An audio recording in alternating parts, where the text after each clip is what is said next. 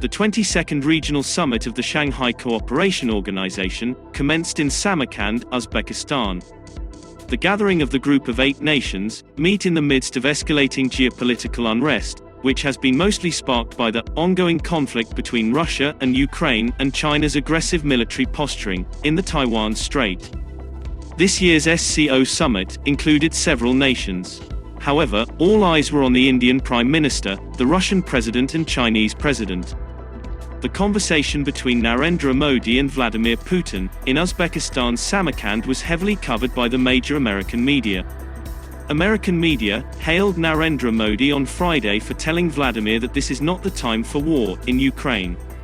It was the main story on both the Washington Post and the New York Times websites.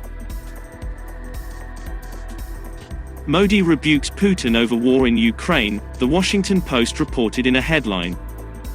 The rare reproach showed the 69-year-old Russian strongman coming under extraordinary pressure from all sides, the Washington Post further said.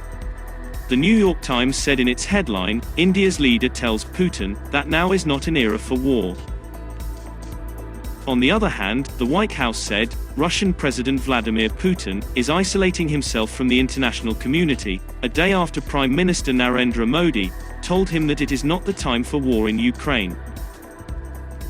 John Kirby said, what you heard in Uzbekistan, from both Chinese and Indian officials, is reflective of the reality that Mr. Putin doesn't have a lot of sympathetic ears out there for what he's been doing in Ukraine. He is merely isolating himself farther from the international community. We do not feel that now is the time to do business as normal with Russia, in light of what they are doing in Ukraine. Antony Blinken said, India and China's messages reflect global worries. What you're hearing from China and India reflects worries throughout the globe about Russia's assault on Ukraine, not only on the people of Ukraine, as awful as that has been, but on governments and people around the planet, Blinken added.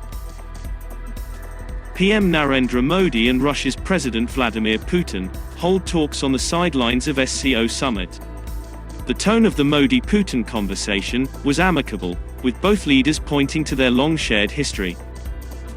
PM Modi began his comments by telling Mr. Putin that the period of war is over, indicating for the first time in public India's discomfort with Russia's attack on Ukraine.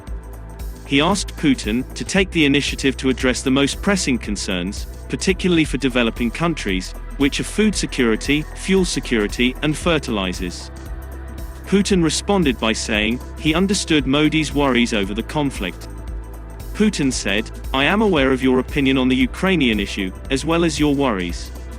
We want this to be ended as soon as possible. We will keep you abreast of what is happening there, Putin added. India has not publicly condemned Russia's actions so far, but continues to advocate for a peaceful settlement to the conflict, via democracy, diplomacy, and negotiation.